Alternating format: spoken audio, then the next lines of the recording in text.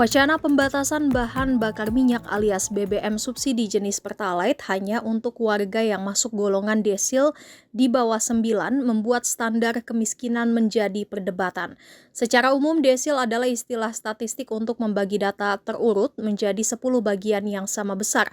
Dalam konteks sosial ekonomi di Indonesia, desil adalah sistem pengelompokan tingkat kesejahteraan keluarga atau masyarakat menjadi 10 kelompok dari 10% terendah hingga 10% tertinggi yang ditetapkan secara nasional berdasarkan data seperti Data Tunggal Sosial Ekonomi Nasional atau DTSEN.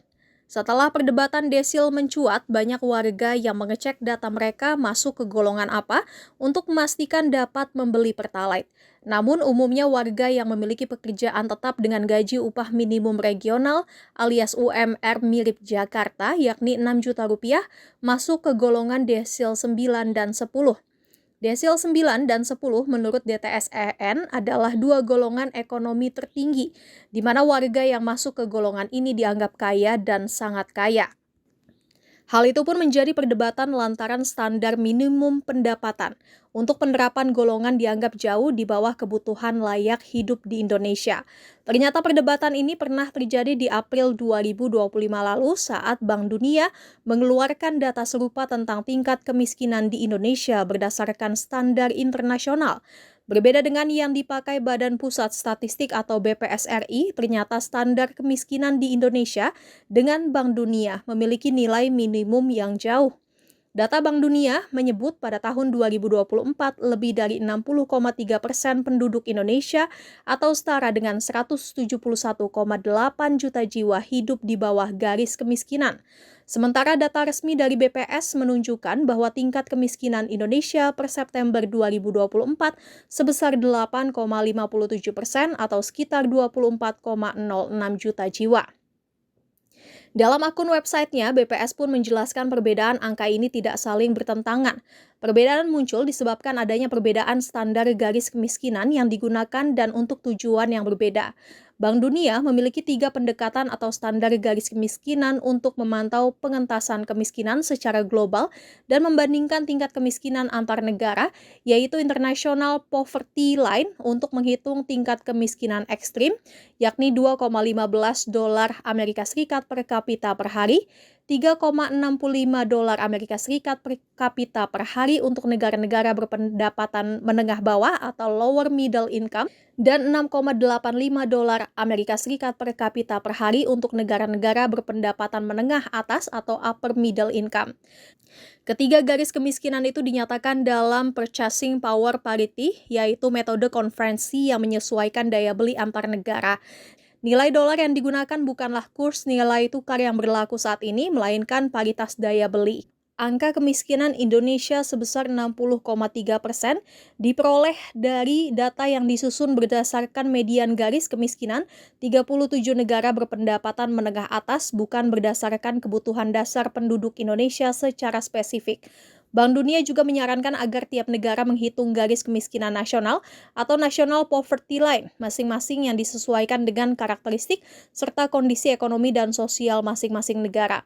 Menurut BPS RI, walaupun Indonesia saat ini berada pada klasifikasi negara berpendapatan menengah atas atau upper middle income country dengan gross national income atau GNI per kapita sebesar 4,8 dolar Amerika Serikat pada tahun 2023, namun perlu diperhatikan bahwa posisi Indonesia baru naik kelas ke kategori UMIC dan hanya sedikit di atas batas bawah kategori UMIC yang range nilainya cukup lebar, yaitu 4,5 dolar Amerika Serikat hingga 14.000 dolar Amerika Serikat.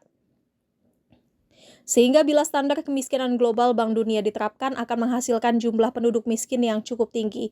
Maka BPS mengukur kemiskinan di Indonesia dengan pendekatan kebutuhan dasar atau Cost of Basic Needs atau CBN. Jumlah rupiah minimum yang diperlukan untuk memenuhi kebutuhan dasar dinyatakan dalam garis kemiskinan. Garis kemiskinan dihitung berdasarkan pengeluaran minimum untuk memenuhi kebutuhan dasar makanan dan non-makanan. BPS juga memakai komponen makanan didasarkan pada standar konsumsi minimal 2.100 kilokalori per orang per hari disusun dari komoditas umum seperti beras, telur, tahu, tempe, minyak goreng, dan sayur sesuai pola konsumsi rumah tangga Indonesia. Komponen non-makanan mencakup kebutuhan minimum untuk tempat tinggal, pendidikan, kesehatan, pakaian, dan transportasi. Garis kemiskinan dihitung berdasarkan hasil pendataan Survei Sosial Ekonomi Nasional yang memotret atau mengumpulkan data tentang pengeluaran serta pola konsumsi masyarakat. Susenas dilaksanakan 2 kali dalam setahun. Tahun 2024, Susenas dilaksanakan pada bulan Maret dengan cakupan 345.000 rumah tangga di seluruh Indonesia dan pada bulan September dengan cakupan 76.310 rumah tangga. Pengukuran dilakukan pada tingkat rumah tangga bukan individu karena pengeluaran dan konsumsi dalam kehidupan nyata umumnya terjadi secara kolektif.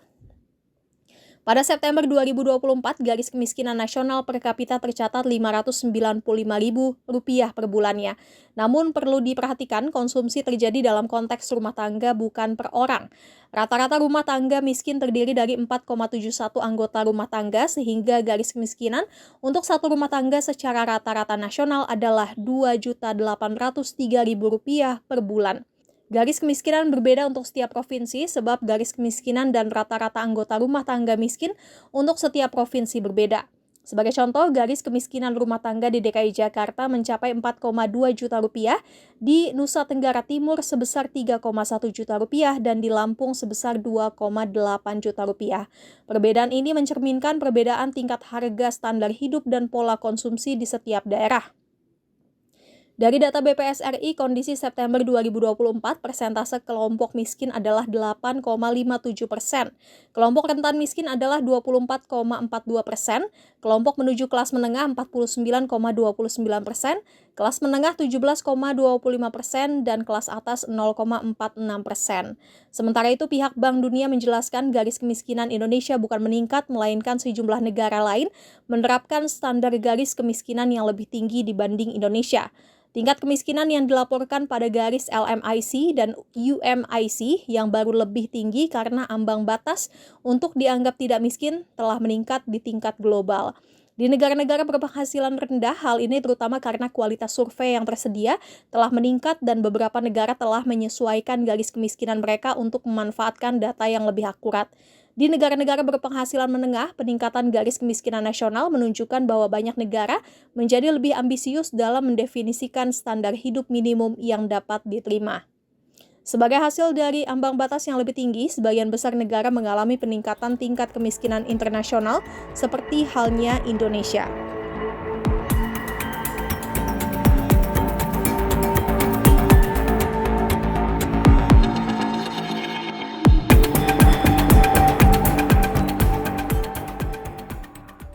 Jangan lupa subscribe ya!